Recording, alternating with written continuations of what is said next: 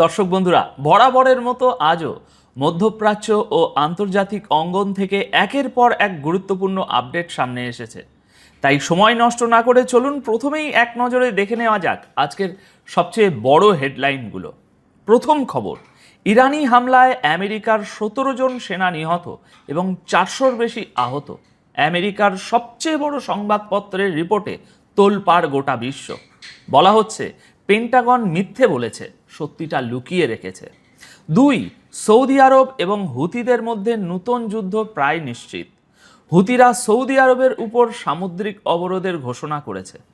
3, Hormuz প্রণালীর উত্তেজনার মধ্যেই ইরাক বের করে ফেলল নতুন রাস্তা।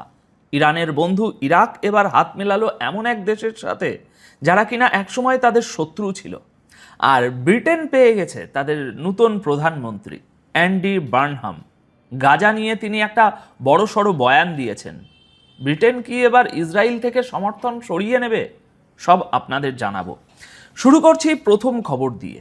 ইরান আমেরিকার 17 জন সেনাকে হত্যা করেছে এবং 400-র বেশি সেনাকে আহত করেছে। কিন্তু ডোনাল্ড ট্রাম্প এবং আমেরিকান মিলিটারি এই সত্যটা দুনিয়ার কাছ থেকে লুকিয়ে রেখেছিল। এই বিশাল দাবিটা করেছে আমেরিকার অন্যতম শীর্ষ সংবাদপত্র দ্য নিউ ইয়র্ক টাইমস। আর এই রিপোর্টটি পুরো বিশ্বকে নাড়িয়ে দিয়েছে। একটু বিস্তারিত শুনুন।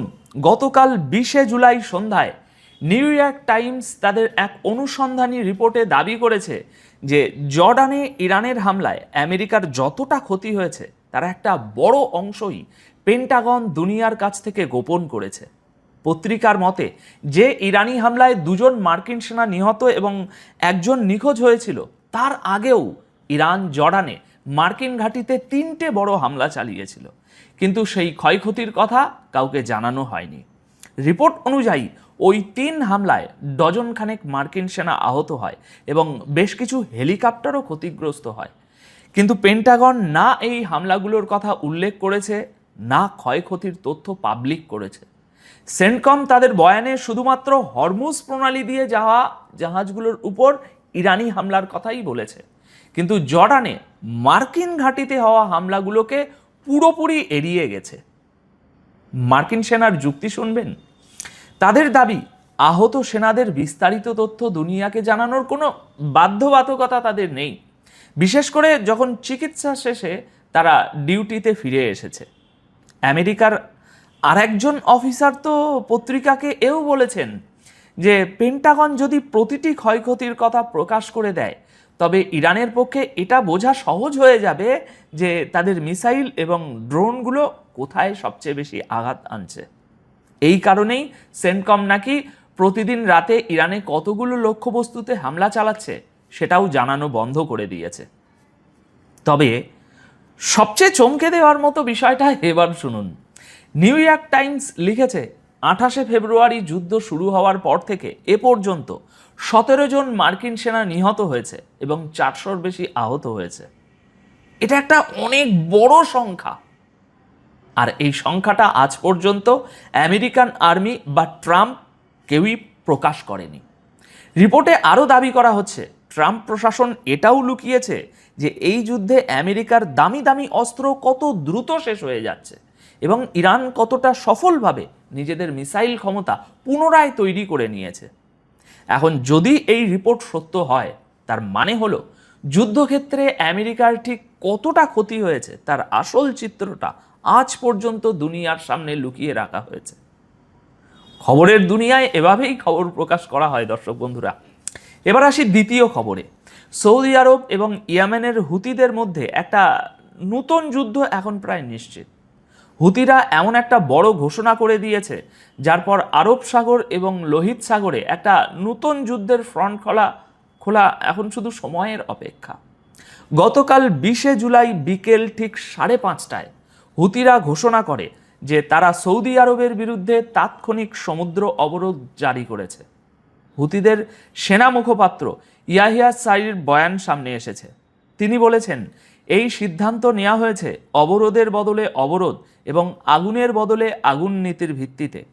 হুতিদের দাবি, সৌদি আরব ইয়েমেনে তাদের নিয়ন্ত্রিত অঞ্চলগুলো অবরোধ করে রেখেছে এবং সেখানে হামলা চালিয়েছে। আর এর জবাবে ঠিক একই কায়দায় পাল্টা হামলা করা হবে তাদের দাবি।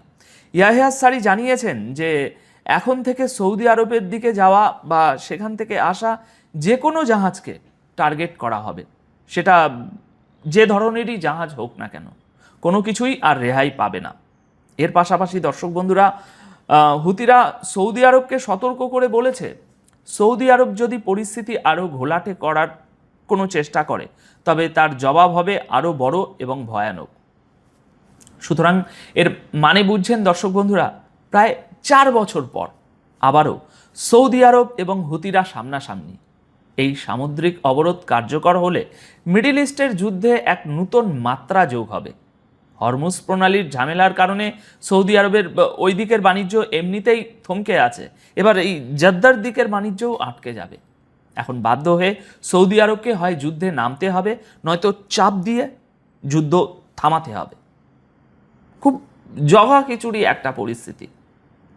সত্যি বলতে এই 4টে খবর নিয়ে 4টে আলাদা আলাদা ভিডিও বানানো যেত, কিন্তু আমি সব একসাথেই কভার করছি যাতে আপনাদের সময়টা খুব কম লাগে। এবার তৃতীয় খবরটা শুনুন।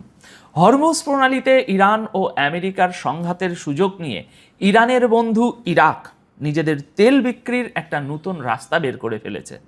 এখন ইরাক তাদের নতুন বন্ধু বাশার আল আসাদের সিরিয়ার মধ্যে দিয়ে সারা বিশ্বে তেল পাঠাচ্ছে এবং হরমুজ প্রণালীকে প্রায় এক প্রকার বাইপাস করে দিচ্ছে। রিপোর্ট অনুযায়ী হরমুজ ব্লকেটের পর ইরাক এখন ট্রাক এবং ট্যাঙ্কারের মাধ্যমে লক্ষ লক্ষ ব্যারেল তেল সিরিয়ায় পৌঁছাচ্ছে। সেখান থেকে ভূমধ্যসাগর হয়ে ইরাকের এই তেল সারা বিশ্বে রপ্তানি করা হচ্ছে। ব্লুমবার্গের রিপোর্ট বলছে ইরাক তেল ভর্তি ট্যাঙ্কারের পুরো একটা কনভয় তৈরি করেছে, যা সিরিয়ার মরুভূমি পেরিয়ে সিরিয়ার বন্দরগুলোতে পৌঁছাচ্ছে। ট্যাঙ্কার ট্র্যাকার্স নামের একটি ইন্টেলিজেন্স কোম্পানির দাবি, এপ্রিল থেকে এ পর্যন্ত ইরাক সিরিয়ার বানিয়াস রিফাইনারির মাধ্যমে 70 লক্ষ ব্যারেল অপরিশোধিত তেল এবং 50 লক্ষ ব্যারেল জ্বালানি তেল রপ্তানি করেছে। সিরিয়া এখন মিডল ইস্টের অন্যতম প্রধান অয়েল ট্রানজিট হাব হয়ে উঠছে আস্তে আস্তে। একটু ভেবে দেখুন, যে সিরিয়া ধ্বংসস্তূপে পরিণত হয়েছিল আজ সেখানে টাকা ঢুকছে, ট্রাক আসছে, টোল ট্যাক্স আদায় হচ্ছে।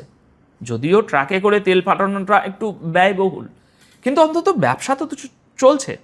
আর এই জন্যই ইরাক ও সিরিয়ার মধ্যে সেই পুরনো বন্ধ হয়ে থাকা তেলের পাইপলাইনটা আবার চালু করার কথা চলছে, যাতে তেলের পরিবহন আরও সস্তা হয়। একেই বলে যুদ্ধে অনেক নতুন রাস্তার খোঁজ মেলে। এবার এই প্রতিবেদনের শেষ খবর হলো, ব্রিটেন আজ তাদের নতুন প্রধানমন্ত্রী পেয়েছে, আর তার কাছ থেকে গাজার মানুষদের কিছু প্রত্যাশা রয়েছে। অ্যান্ডি বার্নহাম কিংস চার্লসের সাথে সাক্ষাতের পর গতকাল 20 জুলাই তিনি নতুন প্রধানমন্ত্রী হিসাবে দায়িত্ব গ্রহণ করেছেন। তবে এই মাসের 10 তারিখে যখন তার প্রধানমন্ত্রী হওয়া প্রায় নিশ্চিত হয়ে গিয়েছিল, তখন তিনি গাজা নিয়ে একটা বড় বার্তা দিয়েছিলেন। তিনি স্বীকার করেছিলেন যে ইসরায়েল যুদ্ধের ক্ষেত্রে তার লেবার পার্টির কিছু ভুল হয়েছে। তিনি বলেছিলেন, আমাদের এবার আরও ভালো কাজ করতে হবে, ভুল শুধরে নিতে হবে। তিনি এও বলেছিলেন যে তার সরকার গঠিত হলে ইসরায়েলের উপর চাপ বাড়ানো হবে এবং গাজায় চলমান মানবিক এই যে ধ্বংসলীলা, সেটাকে কোনোভাবেই উপেক্ষা করা হবে না। বার্নহাম গাজার মানুষের কষ্টকে পুরো মানবতার বিবেকের উপর একটা কলঙ্ক বলে আখ্যা দিয়েছিলেন। তাই এখন সবচেয়ে বড় প্রশ্ন হলো, প্রধানমন্ত্রী হওয়ার পর অ্যান্ডি বার্নহাম কি সত্যি ইসরায়েলের থেকে সমর্থন সরিয়ে নেবেন? তিনি কি গাজার পরিস্থিতি উন্নত করার চেষ্টা করবেন? গাজার দিকে কি সাহায্য ও ভালোবাসার হাত বাড়িয়ে দেবেন? সময়ই এর সঠিক উত্তর দেবে। এখন আপাতত দর্শক বন্ধুরা, এই প্রতিবেদন তাহলে এখানেই শেষ করছি। ভিডিওটি ভালো লাগলে একটি লাইক করুন, শেয়ার করুন আর কমেন্ট বক্সে আপনাদের মতামত অবশ্যই জানাবেন।